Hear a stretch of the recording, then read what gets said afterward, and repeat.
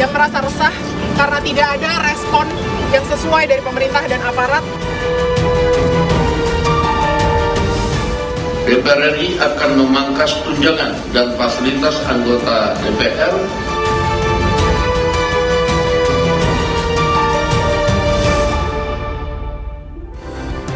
Saudara, Dewan Perwakilan Rakyat sepakat memangkas gaji dan tunjangan anggota Dewan. DPR juga menghentikan pemberian tunjangan rumah.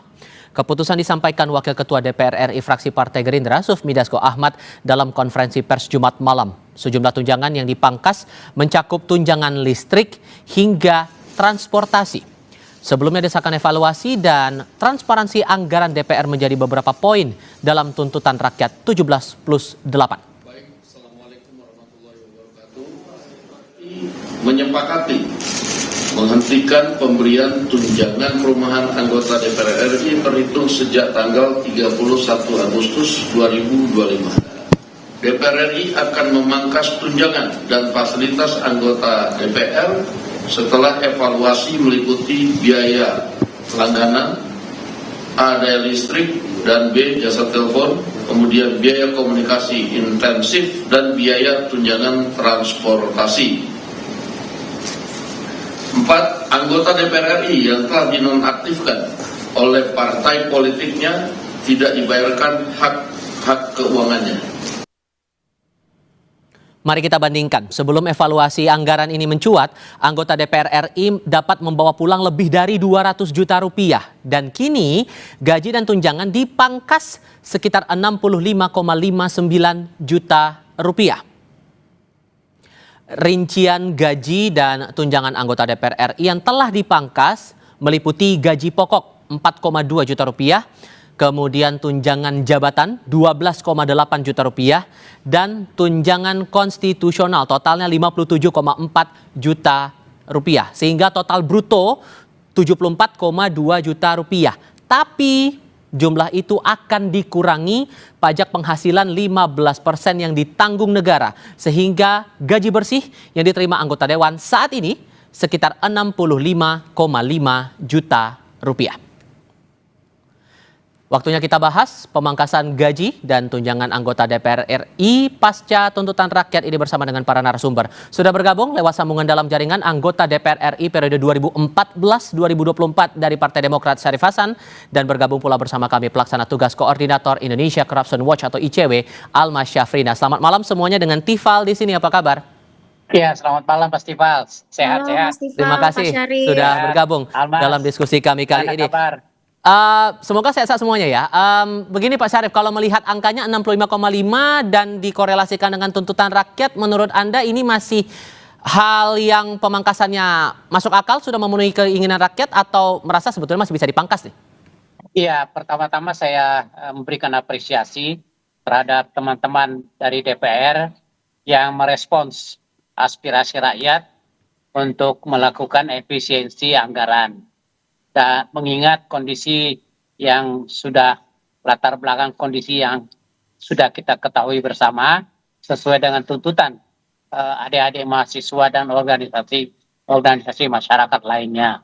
Tentu dengan demikian, sekalipun sudah dipangkas demikian, kami mengharapkan juga bahwa itu tidak akan mempengaruhi kinerja teman-teman anggota DPR RI, bahkan bisa memberikan suatu motivasi untuk berbuat yang lebih dan sesuai dengan yang diharapkan oleh adik-adik mahasiswa kita, sesuai dengan yang diharapkan oleh rakyat, bahwa mereka teman-teman anggota DPR RI akan memberikan yang lebih yang daripada yang diharapkan, berikan yang terbaik daripada yang sesuai dengan yang diterima, sehingga betul-betul terlihat bahwa teman-teman anggota DPR itu betul-betul memperjuangkan demi untuk kepentingan rakyat. Sekali lagi kami berikan apresiasi. Nah, mungkin ada beberapa pihak yang merasa belum cukup, tetapi intinya kita berikan apresiasi dulu. Mudah-mudahan ini sudah salah satu solusi yang terbaik menurut hemat kami. Ya. Tak, kalau menurut Anda Mbak Almas dari ICW yang juga mengkritisi berbagai hal terutama masalah tunjangan ini, kalau sudah dijawab seperti yang kemarin disampaikan oleh pimpinan DPR harusnya sudah tidak masalah lagi dong?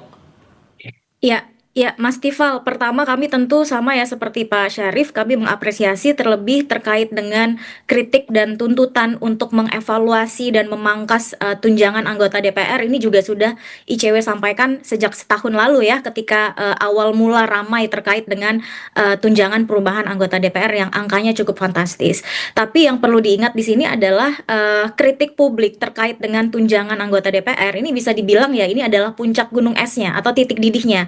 Ada banyak sekali catatan-catatan lainnya, termasuk misalnya terkait dengan kinerja. Nah, tadi pertanyaannya menarik, apakah gaji ini sesuai kinerja atau tidak? Sehingga ke depan yang kita harapkan juga ya tidak hanya terkait dengan evaluasi gaji begitu ya, tetapi hal yang lain adalah peningkatan kinerjanya. Jangan sampai nanti kinerjanya semakin buruk dengan alasan misalnya gajinya sudah dipangkas begitu ya.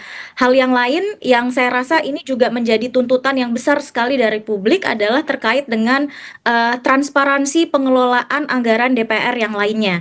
Ini kan anggaran DPR juga cukup besar ya, lebih dari 9 triliun. Di dalamnya bukan hanya komponen gaji dan tunjangan, tetapi ada misalnya terkait dengan dana reses dan sebagainya yang itu sangat perlu transparansi dan akuntabilitasnya, sehingga DPR saya rasa ke depan PR-nya masih banyak begitu ya. Ini adalah tuntutan jangka pendek yang kami juga apresiasi sudah diputuskan begitu oleh DPR, tetapi ada hal-hal lain yang perlu dibenahi begitu dalam aspek jangka panjangnya. Oke, kalau menurut Anda Mbak Almas, hal apa yang paling krusial di sini? Kalau kita ambil topik ya, dengan gaji dan tunjangan sudah dipangkas dengan angka sedemikian, menyesuaikan lagi dengan kinerja yang ada saat ini. So, yang relevan, yang realistis harus gimana DPR itu? Iya, salah satunya misalnya ini yang cukup sering ya mendapat kritik publik adalah terkait dengan transparansi pembahasan undang-undang. Kalau dilihat kan kritik publik terkait tunjangan ini ya kalau saya bilang ini adalah puncak gunung es. Tetapi dari berbulan-bulan yang lalu, bertahun-tahun yang lalu ada catatan yang sangat keras untuk DPR, misalnya terkait dengan pembahasan undang-undang khususnya yang ada polemik begitu ya di masyarakat. Ini pertanyaannya adalah kok pembahasannya diam-diam dalam waktu yang singkat dan minim pelibatan publiknya. Mari kita bahas misalnya ada undang-undang KPK, kemudian ada Cipta Kerja, terakhir kemarin ada undang-undang BUMN, revisi undang-undang ASN, undang-undang TNI dan sebagainya. Saya rasa ini adalah apa ya, kritik-kritik yang juga perlu DPR benahi ke depan ya, bahwa fungsi-fungsi DPR baik itu fungsi legislasi, anggaran, pengawasan, ini publik sekarang punya interest yang lebih bahwa publik itu mengawasi kerja-kerja anggota DPR sehingga tidak berhenti pada memangkas tunjangan, tetapi juga memperbaiki kinerja sesuai dengan harapan publik. Karena memperbaiki kinerja ini itu, adalah perwakilan. Hal yang lain misalnya terkait saya harus tahan di situ, saya kasih giliran ke Pak Syarif sebentar. Karena yang jadi pertanyaan juga Pak Syarif adalah bagaimana memastikan walaupun kemudian gaji dan tunjangan ini dipangkas untuk anggota Dewan yang ada sekarang, kinerja tidak berkurang, transparansi bisa betul-betul ditunjukkan, jangan sampai memantik lagi suara-suara publik yang berujung ya dengan unjuk rasa yang kemarin itu. Kita kan pasti akan akan ada hal yang terbuang lagi nanti karena aspirasi publik tidak disampaikan atau aspirasi tidak ditindaklanjuti oleh anggota DPR RI. Memastikan transparansi itu gimana? Ini kalau menyangkut masalah transparansi, saya percaya khususnya dalam menjalankan tugas sebagai legislasi, saya percaya teman-teman anggota DPR itu selalu transparansi dalam membahas anggaran, membahas legislasi menyangkut tentang transparansi. Salah satu contoh pelibatan unsur-unsur masyarakat dan yang terkait, stakeholder yang terkait menyangkut tentang undang-undang tersebut itu sangat dilibatkan di dalam setiap pembahasan RDP dan sebagainya. Nah, kalau memang dibutuhkan pendalaman yang lebih, bisa ditambahkan unsur-unsur dari lainnya, misalnya dari ICW misalkan, boleh, ya kan, kalau diusulkan disilakan saja diusulkan. Jadi saya pikir teman-teman DPR juga itu sangat terbuka atas setiap masukan dari masyarakat, apalagi menyangkut masalah transparansi. Nah, saya percaya itu. Nah, yang diperlukan di sini adalah bahwa kita mengharapkan bahwa integritas teman-teman anggota DPR itu mudah-mudahan semakin meningkat, bukannya malah turun karena bagaimanapun juga money follow the function. Ya kalau fungsinya naik, mestinya kan unsur keuangannya naik, tapi ini kan tidak. Tetapi memang itulah komitmen para anggota DPR untuk komitmennya kepada rakyat bahwa sekalipun imbalan yang diterima dalam bentuk gaji itu tidak memuaskan, tetapi mereka tetap memiliki integritas untuk meningkatkan motivasi kerjanya demi kepentingan rakyat, demi kepentingan konstituennya, demi kepentingan masyarakat. Kita mengharapkan itu. Nah, di dalam pengawasannya itu bisa kita lihat lagi nanti, apakah teman-teman anggota DPR itu masih tetap melakukan pengawasan atau tidak, apakah dia melakukan legislasi itu betul-betul transparansi atau tidak. Tetapi kalau saja transparansi yang sudah dilakukan sekarang ini belum cukup, silahkan diajukan. Nah ini saya pikir akan menjadi buah pemikiran pembahasan ke depan. Tetapi anyway, kalau kita melihat semangat untuk melakukan reformasi di dalam hal efisiensi anggaran, kita perlu memberikan apresiasi yang tinggi kepada teman-teman anggota DPR. Mudah-mudahan ini bisa berjalan dengan bagus. Kita beri kesempatan lah. Kan proses ini kan memang tidak berhenti di sini saja. Bisa terjadi dalam pertengahan jalan itu ada terjadi sesuatu yang perlu untuk dievaluasi kembali. Ditambah lagi masih ada tuntutan masih ada 8 poin tuntutan yang tenggatnya 1 tahun, Pak. Nah, memastikan apresiasi publik ini bisa betul-betul dijalankan, direalisasikan. Menurut Anda mana yang paling prioritas harus dijalankan dulu demi menjaga amanat publik itu kepada wakil rakyat? Yang paling penting adalah kalau itu menyangkut masalah hajat hidup rakyat, masalah menyangkut ekonomi, kebijakan ekonomi ini kan di dalam poin 17+8 itu dari 8 yang jangka panjang itu ada poin menyangkut masalah ekonomi dan kesejahteraan dan ketenaga kerjaan. Ini sangat penting. Nah saya pikir kalau ini ditingkatkan dan dilakukan reformasi dan betul-betul pengawasannya dilakukan secara maksimal, ini dampaknya akan sangat bagus bagi rakyat dan bangsa kita. Mbak Almas, Anda juga sepakat juga bahwa itu yang harus betul-betul jadi perhatian, atau sesungguhnya masih ada lagi yang perlu dijalankan, mengingat masih ada 8 poin yang tenggatnya 1 tahun sampai 2026 yang harus dipenuhi. Tapi jawabnya nanti, kita jeda sebentar. Kami segera kembali.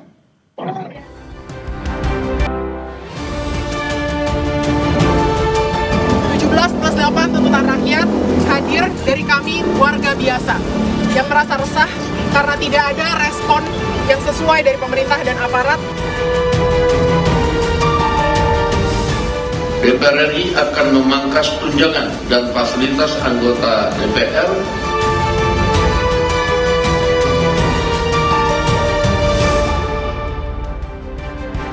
Kita cermati pernyataan yang disampaikan Presiden ke-6 RI Susilo Bambang Yudhoyono terlebih dahulu. Sebelum kita lanjutkan dialog, beliau menyoroti gejolak pasca unjuk rasa yang terjadi di sejumlah daerah. SBY bilang seluruh pihak harus bisa menjaga dialog dan kebersamaan. SBY juga menyebut unjuk rasa yang terjadi 10 hari terakhir ini membuat seluruh pihak perlu sadar pentingnya membangun negeri ke arah yang lebih baik dan menjadi amanah dalam menjalankan tugas. Untuk itu, menurutnya, ke depan dialog, kebersamaan, dan kerja keras harus dijaga untuk Indonesia yang lebih baik.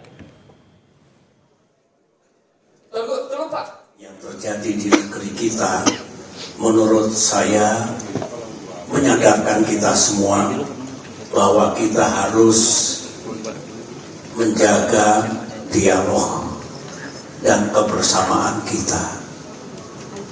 Menyadarkan kita membangun negeri ini ke arah yang lebih baik menjadi amanah, tugas dan kewajiban kita. Kata Pak SBY, jaga dialog itu, Mbak Almas. Ditambah lagi kan ini juga perlu ada perbaikan kerja demi menjaga sentimen tetap baik untuk DPR ini ke depannya di mata publik. Terakhir kali kan Litbang Kompas tanggal 16 sampai 26 Agustus kemarin mencatat percakapan di media sosial untuk sentimen negatifnya hampir 90%, 88,9%. Lalu juga citra lembaga DPR di Januari 2025 menurut Litbang Kompas juga angkanya 67%. Kalau Pak Syarif bilang prioritas DPR harus untuk memperlihatkan atau kinerjanya di sektor ekonomi, kalau menurut Anda? Ya, Mas Tifal. Jadi kalau kita bicara soal kepuasan dan kepercayaan publik kepada DPR, ini kan sebetulnya bicara soal kinerja ya, atau performa. Jadi kalau performanya DPR itu bagus, saya yakin rakyat ini juga akan bersama dengan DPR. Bahkan sepakat untuk memberikan gaji yang menunjang betul kerja-kerja DPR begitu. Dan kalau tadi ditanya soal prioritasnya, saya rasa 3 fungsi yang dimiliki oleh DPR, baik itu fungsi legislasi, anggaran dan pengawasan, ini sama-sama urgennya untuk diperbaiki karena sama-sama mempunyai kritik yang sangat besar dari publik.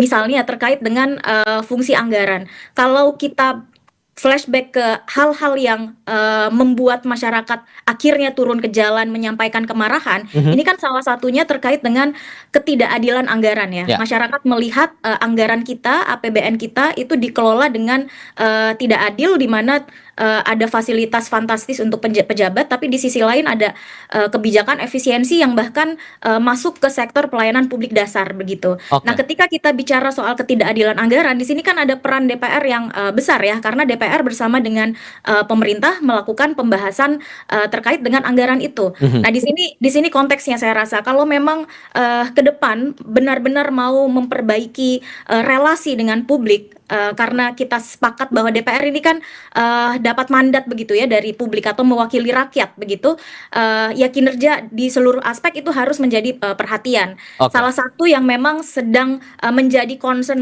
masyarakat, karena ini kita sedang ada pada situasi kondisi ekonomi yang sulit begitu ya, masyarakat juga sulit untuk mendapatkan pekerjaan, kemudian badai PHK di mana-mana dan sebagainya. Salah satu yang sangat krusial ya adalah terkait dengan isu ekonomi. Nah. Di sisi yang lain saya rasa yang juga sangat-sangat krusial adalah terkait dengan pemberantasan korupsi begitu ya, di mana di sektor pemberantasan korupsi ini sangat butuh dukungan terkait dengan penguatan instrumen hukumnya. Sudah dari bertahun-tahun yang lalu banyak sekali suara kepada DPR untuk segera membahas RUU perampasan aset itu. misalnya, yang tentu saja ini penting sekali untuk kita ingatkan bahwa tidak hanya sekedar buru-buru membahas dan mengesahkan. Iya, Tapi Pak Syarif, kalau Anda melihatnya meaningful gimana sih? participation-nya yang juga harus diperhatikan. Meaningful participation ditambah soal RUU perampasan aset di deadline 1 tahun harus jadi itu barang, Pak. Anda setuju? Saya pikir dengan deadline 1 tahun, saya pikir sudah cukup waktu, apalagi draftnya sudah ada, identifikasi masalahnya juga sudah terangkum. Saya pikir tinggal melibatkan seluruh stakeholders yang ada kepentingannya tentang perampasan undang-undang perampasan aset tersebut. Jadi melibatkan masyarakat secara luas dan tentunya dalam hal ini yang lebih selektif. Dan saya pikir kalau perlu ya melibatkan ECW, kalau perlu melibatkan adik-adik mahasiswa dan sebagainya, organisasi mahasiswa dilibatkan penuh sehingga tidak ada satupun yang tertinggal di dalam pembahasan tersebut. Semangatnya adalah kita bersama-sama untuk melakukan reformasi di bidang hukum, bagaimana agar pemberantasan korupsi ini bisa betul-betul lebih maksimal dan lebih baik ke depan. Nah, tentu dengan waktu 1 tahun saya pikir cukup untuk melakukan itu. Dan kalau menyangkut masalah anggaran, Mbak Alma, sini DPR di sini kalau begitu undang-undang sudah di undang-undang APBN sudah disahkan, maka domainnya lebih banyak kepada pemerintah. Jadi sekali lagi, tetapi ke dalam setiap pembahasannya di badan anggaran, nah itu yang perlu ada transparansi. Oke, kalau dari fraksi Anda, Pak, kalau dari Partai Demokrat sendiri kepada anggota DPR yang ada sampai dengan sekarang di fraksi Demokrat, upaya bersih-bersih dan reformasi besar-besaran DPR ini realisasinya akan bagaimana? Oh, memang sudah sesuai dengan instruksi Ketua Umum kami, Mas Agus Harimurti Yudhoyono, bahwa fraksi Partai Demokrat mendukung penuh reformasi tentang efisiensi anggaran dan juga tentang bagaimana agar transparansi APBN itu bisa dilakukan dan juga pengawasan tentang implementasi daripada penggunaan APBN, dan itu sudah diinstruksikan secara konsekuen kepada setiap anggota DPR RI dari fraksi Partai Demokrat. Saya pikir Kalau itu. menurut Anda, Mbak Almas, yang paling realistis, yang paling gampang untuk menuju reformasi besar-besaran DPR RI itu harus melakukan apa? Mbak Almas? Iya, iya. Pertama DPR tadi ya Mas ya, ini harus segera merealisasikan komitmen untuk memperkuat transparansi dan akuntabilitasnya.